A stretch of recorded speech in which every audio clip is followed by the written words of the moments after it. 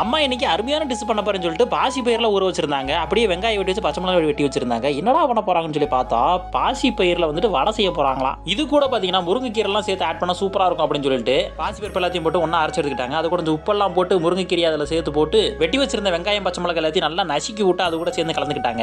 இப்போ எதுக்குமா திடீர்னு இது பண்றீங்கன்னு சொல்லி கேட்டா ஒரு போட்டியில கலந்துக்கிறாங்களா, அதுக்காக இந்த டிஷ் பண்றாங்களாம். வேற லெவல்ல. இது கூட அப்படியே காரப்பொடியெல்லாம் லைட்டா கலந்துக்கிட்டா காரத்துக்கு கொஞ்சம் ஈவனா இருக்கும் அப்படின்னு சொல்லி சொன்னாங்க. எண்ணெயை நல்லா காய வச்சுட்டு இப்போ நல்லா பேச வச்சிருந்த மாவை உருட்டிட்டு உருண்டையா வச்சுக்கிட்டாங்க. இந்த டைம்ல என்ன நல்லா காஞ்சிருச்சு, அந்த உருண்டையை எடுத்து நல்லா வடை மாதிரி நல்லா தட்டி விட்டு காஞ்ச எண்ணெயில போட்டாங்க. என்ன பயங்கரமான ஹீட்ல இருந்தனால பங்கமான வடை டக்குன்னு ரெடி ஆயிருச்சு. எண்ணெயில போட்டு ரொம்ப நேரம் விட்டா கரியிரும். அதனால எண்ணெயில போட்ட கொஞ்ச நேரத்துல வந்து கோல்டன் கலர்ல வந்த உடனே டக்குன்னு எண்ணெயில இருந்து ஃபில்டர் பண்ணி வெளியே எடுத்து தட்டுல வச்சிடணும். நார்மல் வடையை விட இந்த பாசிப்பயிறு வடை பயங்கர ஹெல்த்தி. ஸ்டொமக் பிரச்சனைவங்க, அஜீரண பிரச்சனை இருக்கவங்க கண்டிப்பா ட்ரை பண்ணுங்க. வாசனையே பயங்கரமா இருக்குது. சரி டேஸ்ட் பண்ணி பார்க்கலாம் சொல்லி டேஸ்ட் பண்ணி பார்த்தா சூடா இருக்கனால வேற லெவல் சுவையா இருந்தது. இந்த சத்தான வடைக்காக போட்டில அம்மாவுக்கு சர்டிபிகேட் கொடுத்துருக்காங்க. நீங்களும் அம்மாக்கு லைக் போட்டுருங்க. Tata bye by.